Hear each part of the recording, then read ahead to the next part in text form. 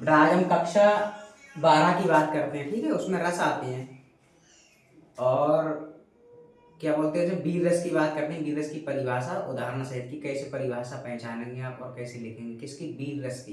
किसमें, कक्षा 12 में आती है, यूपी बोर्ड में। तो आज हम उस रस की बात करते हैं, बीज रस की, कि बीज रस का स्थायी भाव क्या है, बीज रस का उदाहरण कैसे लिखेंगे और बीज रस की परिभाषा कैसे लिखेंगे। चलिए हम क्या बोलते हैं, अपने हिंदी पे चलते हैं, कक्षा 12 में। तो वही लिखना है। इसके नीचे क्या बोलते हैं, आपको ये अंडरलाइन जरूर करने हैं, क्या बोले, काले पेन से या इसके से ऐसे करके, जैसे मैंने आपको कक्षा 10 में बताया था। बहुत सारी मेरी वीडियो यूट्यूब पे पड़ी हुई हैं, उसमें आप देख लीजिए कि कैसे क्या करना है और कैसे आपको उदाहरण लिखना है, कैसे परिभाषा लिखना है। इसके नीचे बी रस ये लिख ही दिया है और यहाँ परिभाषा लिखने के बाद, ये कक्षा 12 की बात कर रहा हूँ मैं, कक्षा 10 की नहीं, क्लास 12 की बात कर रहा हूँ मैं, क्लास 12। ये मैंने लिख दिया है यहाँ पे। अब क्या बोलते, बी रस की बात करते हैं, यहाँ ब्लैक काले पेन से या ब्लैक ब्लैक पेन से लिखना है, स्केच हो या आपके पास बाल पेन हो, उससे ब्लैक से लिखना है आपको। ब्लैक से लिखने के बाद ये योजक चिन्ह लगा के और आपको आगे परिभाषा लिखनी है। कैसे लिखेंगे, चलिए। जब कोई रचना आदि को पढ़ने पर अथवा किसी कार्य को करने पर मन में जो उत्साह का भाव जागृत होता है उसे बीज रस कहते हैं। यानी कि आपने कोई किताब पढ़ी, कोई रचना पढ़ी, उसके पढ़ने के बाद जो आपके हृदय में उत्पन्न होता है, या किसी कार्य को करने के उपरांत या दौरान जब आपके हृदय में उत्साह, आप जानते हैं बीज रस का स्थायी भाव उत्साह होता है। जब उत्साह का भाव जागृत होता है उसे बीज रस कहते हैं। समझ गए। मैं दोबारा फिर बता रहा हूं आपको, परिभाषा ऐसी लिखेंगे ब्लैक पेन से। जब कोई रचना, यानी कि आपने कोई किताब पढ़ी, कोई बहुत बड़ी पुस्तक पढ़ी जिसमें बहुत बड़े बड़े योद्धाओं की कहानी लिखी हो, वो आप पढ़ रहे हैं, तो वो पढ़ते ही पढ़ते आपके हृदय में एक उत्साह पैदा होता है। ये बहुत वीर व्यक्ति था,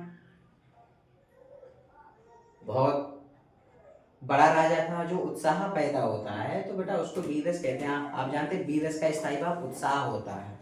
जब कोई रचना आदि को पढ़ने पर अथवा किसी कार्य को करने पर मन में जो उत्साह का भाव जागृत होता है उसे बीरस कहते हैं। अब इसका उदाहरण लिखेंगे। आप जानते हैं बीरस का स्थायी भाव क्या होता है बेटा, उत्साह होता है।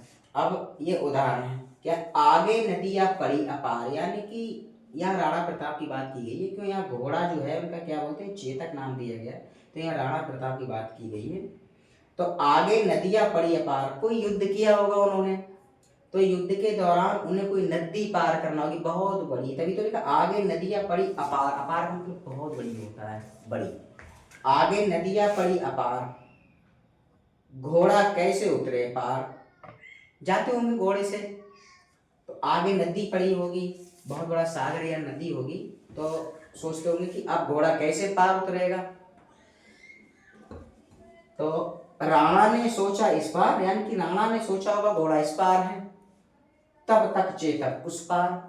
इतनी ही देर में उनका घोड़े का नाम जो चेतक है, तो राणा प्रताप में घोड़े का नाम चेतक था, तभी तो उन्होंने लिखा है तब तक चेतक था उस पार। तब तक घोड़ा उनका चेतक उस पार था, किसके, नदी के उस पार। इसमें आगे नदियां पड़ी अपार, यानी कि आगे नदी थी जो घोड़े को, या घोड़े का नाम चेतक था, तो उसके पार करने में जो बाधाएं उत्पन्न होती होंगी। तो राणा प्रताप सोचने लगे तो अभी घोड़ा कैसे उतरे पार, घोड़ा कैसे पार जाएगा उस पार, ये नदी तो बहुत बड़ी है।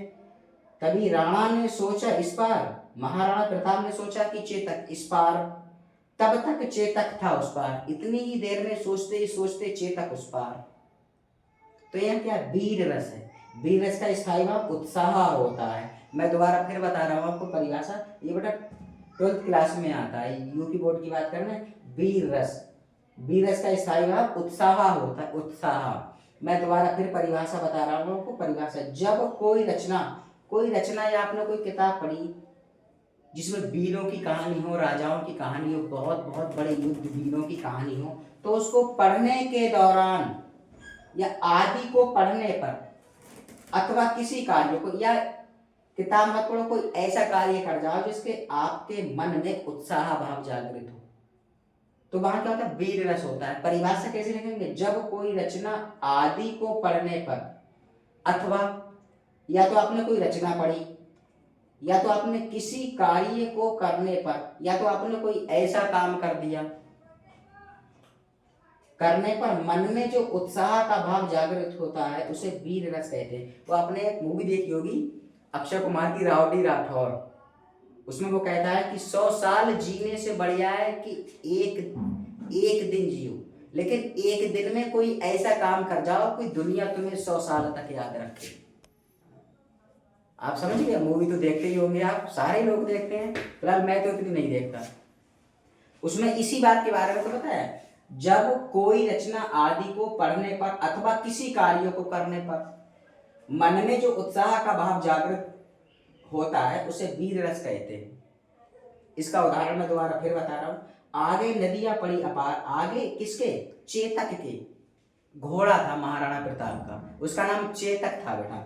आगे नदियां पड़ी अपार, आगे नदी बहुत बड़ी होगी या इतनी बड़ी होगी जो उनके चेतक को निकलने में कुछ कठिनाइयां आती होंगी। घोड़ा कैसे उतरे उस पार, यानी घोड़े को उस पार जाना था, घोड़ा इस पार था नदी के। राणा ने सोचा इस पार, महाराणा प्रताप ने सोचा घोड़ा इस पार है, तब तक चेतक था उस पार, इतनी ही देर में चेतक उस पार।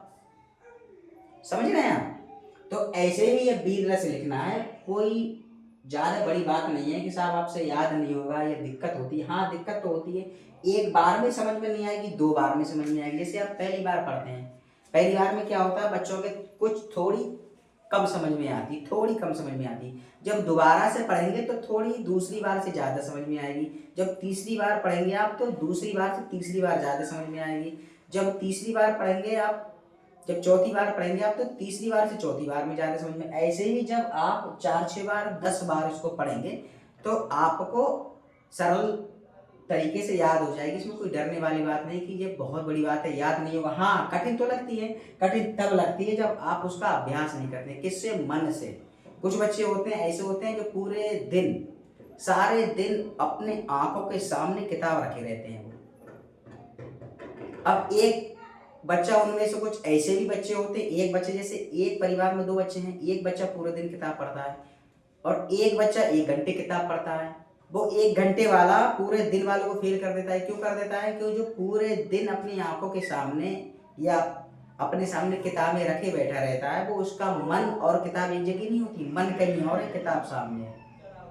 तो आप 1 घंटा पढ़िए, मैं ये नहीं कहता कि आप पूरे दिन पढ़िए, 5 घंटे पढ़िए, आप 1 घंटा पढ़िए, लेकिन मन से पढ़ाई करिए। मन से पढ़ाई करने का यही तरीका होता है कि जो भी पढ़े गहन अध्ययन करें, और जब आप शाम में या नाइट में आप लेटते हैं ना, तो उसको एक बार अपने मन ही मन में उसको पढ़ाई को एक बार फिर से रिवीज करें कि हमने क्या पढ़ा और क्या भूले। जो भूल गए उसको दोबारा देखो, क्या कमी रही हमारे अंदर।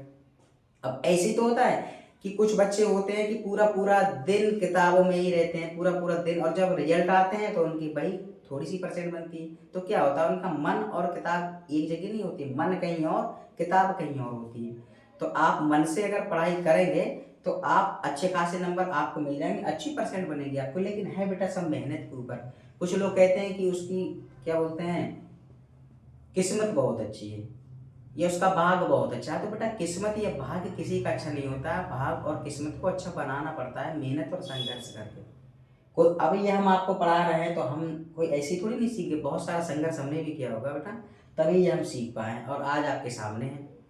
तो ऐसे ही आप मेहनत करते रहिए, और यही कक्षा 10 और कक्षा 12 मतलब क्लास 10th और क्लास 12th ही आप पे डिपेंड करता है कि आप किस फील्ड में जाना चाहते हैं। यहीं से तो आपकी जड़ें मजबूत होनी चाहिए, तभी तो आप आगे कुछ कर सकते हो। सब यही होता है, थोड़ा लॉन्ग बना देते हैं। मेहनत से तैयारी करिए, ईमानदारी से पढ़ाई करिए, पढ़ाई में कोई रियायत नहीं है। जितना आप गहन अध्ययन करेंगे उतना ही गहन अध्ययन से, इसको गहन अध्ययन से और अभ्यास भी आपकी होगी, आपके दिमाग में भी बैठेगा, आपको याद भी होगा। एक दिन जब आप कोई भी एक क्वेश्चन याद करते हैं तो जब उसको रिवीज करते हैं तो कितना मन ही मन आप क्या मगन होते हैं, खुश होते हैं कि आज हमारा एक सवाल या 1 नंबर का सवाल या 10 नंबर का सवाल आज हमारा हल हो गया, संतुष्टि मिलती है। ठीक है, और मैं डेली क्लास लेता हूँ हिंदी की। और अगर ये वीडियो पसंद आई हो तो हमें यूट्यूब पे सब्सक्राइब करिए, इंस्टाग्राम पे फॉलो करिए और एक लाइक करिए।